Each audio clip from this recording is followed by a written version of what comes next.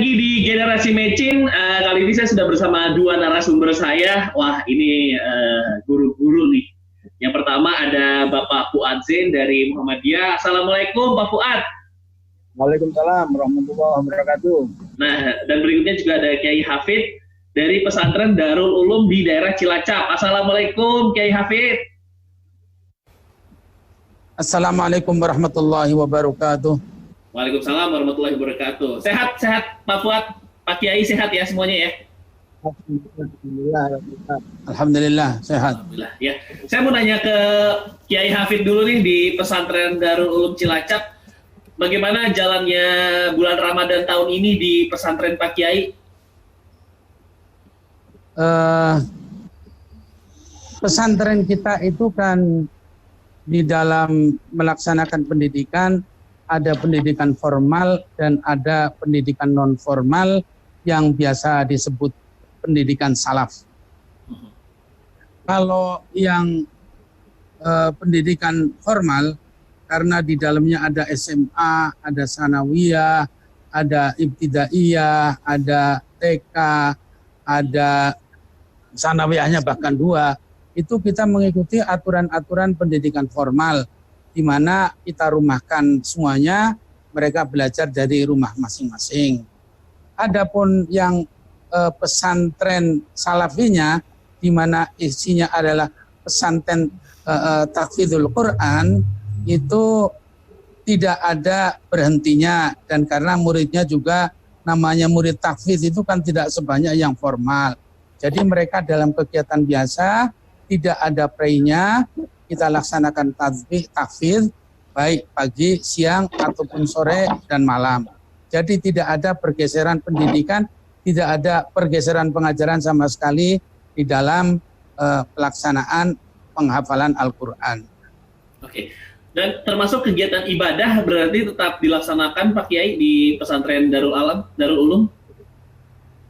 Ya, yang namanya di pesantren itu tentu ibadah itu 24 jam dilaksanakan, dalam artian sholat 5 waktu full, kemudian tarweh full, kemudian menghafal Al-Quran full, dan tadarus, aurad itu dilakukan seperti biasa.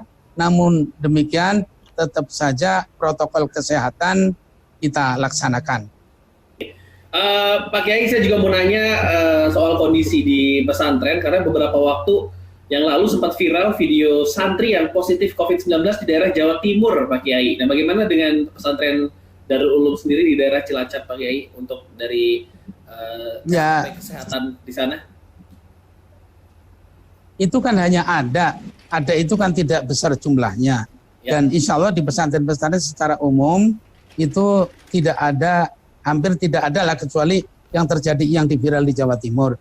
Dan itu kita tidak bisa yang namanya pandemi, yang namanya bala itu datang dengan cara yang diketahui oleh siapa, datangnya di mana, jam berapa saya mendatangkan. Itu kita tidak bisa mendeteksi. Itu akan terjadi kepada siapapun. Dan kita tidak bisa membedakan siapa yang kena, datang dari mana. Jangankan di zaman kita, di zaman Rasulullah saja, seorang sahabat yang telah menjadi menjadi panglima perang pun meninggal dunia karena bala, karena pandemi seperti ini. Jadi kita di dalam pandemi seperti ini memang betul-betul orang per orang, bukan menjadi tanggung jawab pemerintah secara keseluruhan, bahwa ini menjadi tanggung jawab di dalam segala hal, dari kesehatannya, dari ekonominya, dari apanya, tidak. Tapi masyarakat itu sendiri secara pribadi memang harus melakukan kehati-hatian, harus menjaga diri, harus menjauhkan diri daripada hal-hal yang bisa menimbulkan datangnya corona. Oke, ada mekanisme khusus di pesantren Darul Ulum, Pak Kiai, selama masa pandemi ini untuk melaksanakan kegiatan? Tidak ada, standar saja, karena santri sebagian besar karena mereka yang menjadi santri adalah santri-santri yang belajar lebih banyak kepada pendidikan formal, maka jauh-jauh sebelum Ramadan mereka sudah dirumahkan. Yang ada di pesantren itu yang tahfidzul Quran yang jumlahnya tidak banyak. Jadi mereka tidak ada persoalan-persoalan yang persoalan yang menakutkan kepada mereka, dan mereka kehidupan biasa, reguler, nggak ada masalah apa-apa. Jadi mereka tenang, tidak ada persoalan yang memungkinkan mereka secara umum akan bisa tertular wabah corona ini. Oke. Jadi kita tidak ada standar-standar apa, kecuali apa yang dilakukan oleh masyarakat, apa yang itu kita lakukan juga. Baiklah. Saya juga mau nanya ke Pak Fuad. Assalamualaikum Pak Fuad. Ya, salam. Pak Fuad, bagaimana jalannya Ramadan tahun ini dari kacamata Pak Fuad di masa pandemi ini? Ya, sesuai dengan anjuran pemerintah dan ulama, banyak yang di masjid, meskipun ada beberapa kampung yang melakukan jamaah di masjid.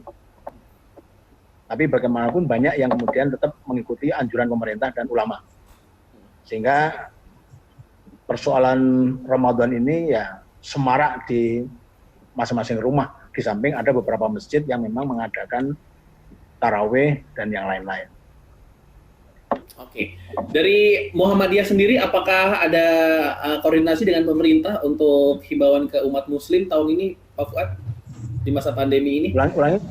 Apakah dari Muhammadiyah ada koordinasi dengan pemerintah untuk bagaimana umat menjalankan ibadah selama Ramadan tahun ini dan sholat Idul Fitri juga?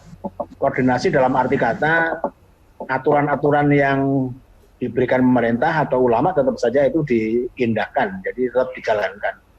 Tapi secara khusus koordinasi dengan antar departemen ya tentu saja kemungkinan kecil itu.